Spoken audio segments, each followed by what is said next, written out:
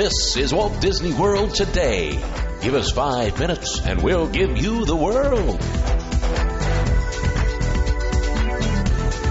It's Monday, September 26th, 2005, and this is episode number 5 for Walt Disney World Today. I'm your host, Matt Hochberg from MGMstudios.org, and today's panel includes Len Testa of the Unofficial Guide to Walt Disney World, as well as TouringPlanes.com. Welcome, Len. Hey, Matt. And today we also have Mike Scopa from MousePlanet.com. Welcome to the show, Mike. Hi, Matt. Today we're going to be talking all about our favorite places to eat all around Walt Disney World. There's lots of places to eat, and we're going to fight it out as to which we think is the best place to eat. And we're going to start with the first meal of the day, which is, of course, breakfast. So, boys, where do we eat breakfast? Yeah, it depends. I'm not a big fan of breakfast. I'm usually, a gallon of coffee and I'm good to go. But usually I'm eating at the resort that I'm staying at. I'm grabbing whatever I can there. But in terms of character breakfast, I've always had a real good time at Ohana, which I think is a great character breakfast, certainly better than, for my money, Cinderella's Royal Table or any of the princess things. It's easier to get into. Since there are fewer people there, you generally get better character interaction. There were times I was there last January, and we actually had to tell Goofy to leave my daughter alone so she could eat her food, because there was literally no one else in the room, and the characters were just standing around waiting to entertain. I totally agree with you about eating at the resorts, Len. I'm not a breakfast person to begin with, and the commando type mentality that I have at Disney World unfortunately comes out, and I figure if you eat at the resorts, you're saving time before going to the parks, and during the busier times of the year, it's probably one of the better things to do. Outside of the character breakfasts, I can't think of anything that's just that compelling that would make me get up early and go somewhere. I don't know. Mike, what do you think? Well, I was going to say, you're talking about character breakfast, and one of my favorite breakfasts used to be Donald's Breakfastosaurus at Disney's Animal Kingdom. Recently, I had an opportunity to eat there, and I was very disappointed. It seemed like over the last several years, they've changed it quite a bit. It seemed like the selection of the foods was far reduced. It seemed like the quality of the food was reduced. So that's pretty much been checked off my list as one of those breakfasts that I won't go to. One of the breakfasts that I do recommend to a lot of people, and it's one of my favorites, is the breakfast at Trails End. One of the reasons why I like it is that it's probably one of the best deals on the property. Yeah. Last time I checked, I believe it's still $10.99 for breakfast. Sure. I don't know what the price is, but I've eaten there too. It's actually pretty good. It's just a hike to get to. Yeah, that's the only issue is getting there. And but if you get there, the reward is great. It's I believe it's $10.99 for adults. It's $6.99 for children. You get a really good selection of food, and if you happen to be going to the Magic Kingdom that day, you're almost there. Yeah, it's really not bad. I've been to Trails End a couple times for dinner, and again, other than the hike, other than the time it takes to get there and the planes, trains, and automobiles you got to get on, it's really not bad. I like it a lot. Right. But you mentioned Breakfastosaurus. The thing that I don't love it. I don't think it's that good of a character meal. The thing that always bugged me about that is, like, remember when you're going through the line at Breakfastosaurus, and they give you like the eggs and the bacon and the sausage and everything, and then after you've loaded up your plates, they show you the omelet bar, where you can get your own omelet made, and you've already got this whole plate full of food. I'm like, I've been to it twice. First time I didn't know about it, so I loaded up my plate, saw the omelet bar, and just wasn't happy after that. Second time, didn't remember the omelet bar, and it just frustrated me both times. I don't love Breakfastosaurus. I know people have a great time. Back. Yeah, exactly. I'm like, shouldn't I have written this down or something? You go back to your table, and the wife's like, "Oh, what'd you get, Len?" Food. Same thing I got last time. So, Matt, what was your favorite, Matt? Yeah, my favorites for breakfast, if I had to pick somewhere, is probably going to be Crystal Palace, especially if you get it early enough where you can blow by everybody waiting to get into the Magic Kingdom. And It's great for taking photos in the morning, because it's probably the only time you'll be able to take a picture with you in the castle and not have lots of people you don't know in the background. Yeah, true. Let's move on to lunch, where our favorite place is to go. And I'm going to start out, and I'm going to say my vote goes to Backlot Express at the studios. Surprise, surprise. And even without the fixings bar, though, I still think it's the best value at the parks. I think they have a wide selection of food. I think almost anyone in the family can eat there. For the bang for your buck, I think it's a great value. Yeah, I agree on the selection. I ate there in May. It was surprisingly varied. I think I had a panini. It's pretty big too. The restaurant itself is pretty big. I like the variety. They process people through very very fast. Yeah, I thought it wasn't bad. If I had to pick something in the studios, that would probably be it. Have you tried the new flatbread grill there? Yes. How was that? I think it's very good for food. I like that sort of food to begin with, so let me first say that. It's Mediterranean cuisine, right? Yes. There's gyros and a lamb kefta sandwich, which is quite good. My only problem with it is the portions are extremely small. I heard that too. I had we sent our reviewers the week it opened. They said the same thing. Yeah, no man can be fed by one of those. I can tell no you that man, much. no man can be fed.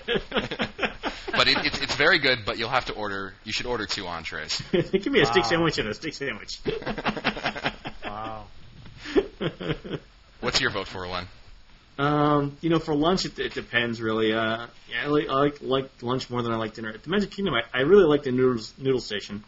I like the food. I like Asian food to begin with.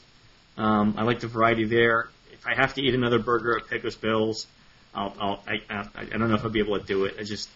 Every time I'm in the Magic Kingdom, usually the touring plan that I'm on puts me in Frontierland in the late morning, and it's always Pecos Bills, and I just can't eat there anymore. So I definitely like the noodle station. In Epcot, I really like the new Sunshine Season Food Festival. I think that's fantastic. If I'm in World Showcase, I really like Yakitori House. Don't really have a favorite in the studios. In the Animal Kingdom, I really like Flame Tree, and I think it's better than Tusker House. Certainly better than anything in Dinoland. So, I know in fact, I bought Mike dinner or lunch one time at the Noodle Station when it first opened. Yeah. The last time I had a chance to eat at the Noodle Station, Len, I don't know if I had told you this, but they seem to be heavy-handed on the ginger, and that kind of bothered me. I would think that they would be very, very light-handed on any type of spices and allow the guests to spice it up the way that they would prefer to have it spiced up. So yeah, and ginger's kind of tricky. You're gonna have to put it on the side, though, right? Yeah. In the Magic Kingdom, I like to have a light lunch, so I'd go to the Plaza restaurant because I think you can have a really nice light lunch there. I also like to try lunch at Le Cellier, and the reason why I like it there is because it's very difficult to get a dinner reservation there, and if you happen to like the entrees that they offer, you might as well try to get a seating for lunch. And I have never, the last time I was there, I was never turned away. I remember getting a lunch seating within 15 minutes of me being there, and it's just as good as you can expect it would be for your dinner entrees, and you can actually ask for a dinner entree. For instance, they offer the 10-ounce strip steak for lunch, but you can ask for a 14-ounce cut, and not too many people realize that. So I happen to like Le Cellier for lunch. And the other restaurant, if you happen to love Italian, is the Portobello Yacht Club in downtown Disney. That's a great place to go for lunch during the week. They have very, very good prices, and the quality of the food is very good. That leaves just one last meal, and that's, of course, dinner. What's everyone's feelings about dinner? You really can't go wrong in World Showcase except maybe for China. And even then, it's not like it's bad, it's just overpriced. Right. I think there are a lot of places in World Showcase also that suffer from the overpriced problem more than the food tasting bad. Oh, yes. Coral Reef is an example of it's okay food, but just the prices are insane.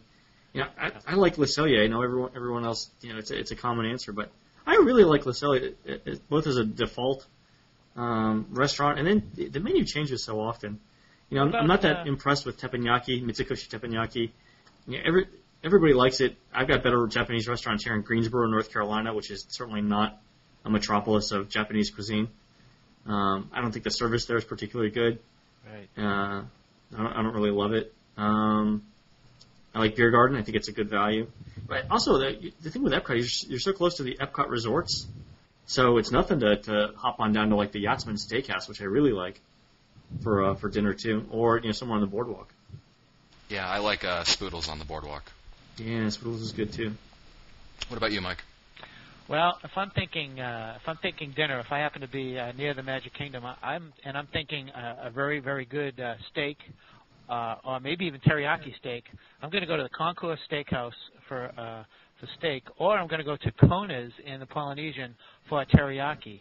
I think those two restaurants sometimes are very the Kona underrated. Cafe, yeah. Yeah, Kona Cafe, Len. If you ever get a chance to have the teriyaki steak there, it's just really, really good. They've got a great noodle bowl too. In fact, that's a great tip for the Magic Kingdom. I mean, if you want to take a midday break, rather than eating lunch in the Magic Kingdom, I'd go head over to the Polynesian and go to Kona Cafe. Oh yeah, I agree.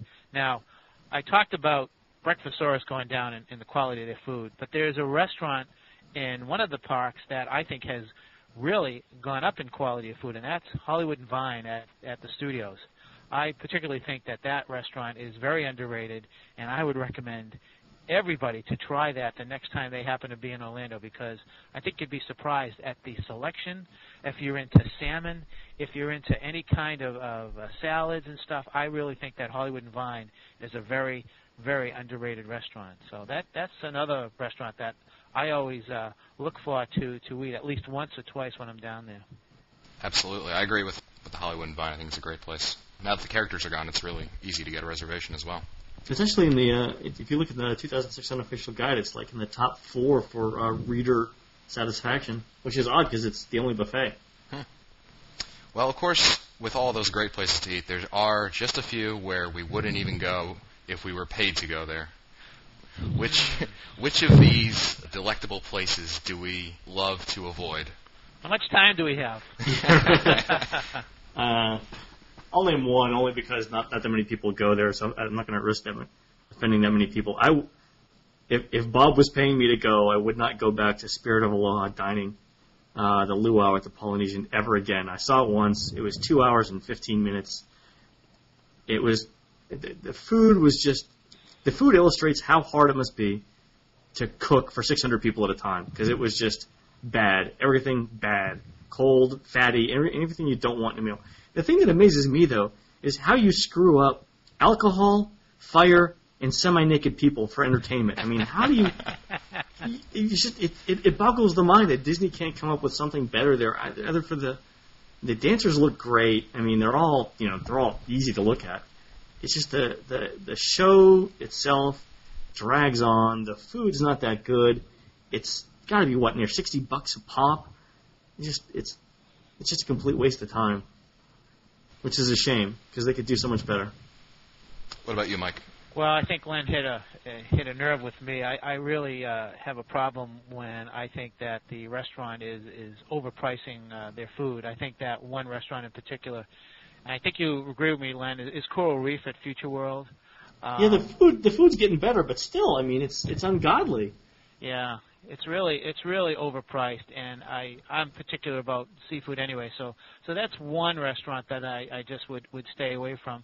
The other one that I think is somewhat overrated is the California Grill up at the Contemporary. There's just something about that. We've eaten there twice. I've given them 2 chances to impress me, and I just wasn't impressed. So that's another one I just wouldn't go to. I'm trying to think if there's another one. I think there's one that I think Matt's not going to agree with, and it's Spoodles. It used to be good. The last time we were there, I just didn't like the service, and it just didn't hit me right. So I'm going to stay away from there for a while. I'll give them a chance in a couple of years. I did that with Alfredo's. I remember going to Alfredo's back in 1990 and 1992. I gave them 2 chances. Nothing happened, so I waited 10 years, and then I went back. I always give them a chance down the road. Didn't the chef move from Spoodles to somewhere, to California Grill? Oh, that explains a lot of things. Yeah, the chef left a couple years ago, which, I mean, yeah, it was really, really good. It was getting lots of raves. I thought he went either to the California Grill or to somewhere at the Grand Floridian. But maybe it was Citricos. The key is, and Matt touched upon this, it depends upon how hungry you are, too. Sometimes you will stay away from a restaurant because it's like, well, I'm not sure they can give me what I really want, and so you stay away from them. So that's a factor as well. Your turn, Matt. I think it's not so much as bad food as it is overrated. And my vote is going to go to, well, I've got a few, actually. Len hit upon it, which is, of course, in China.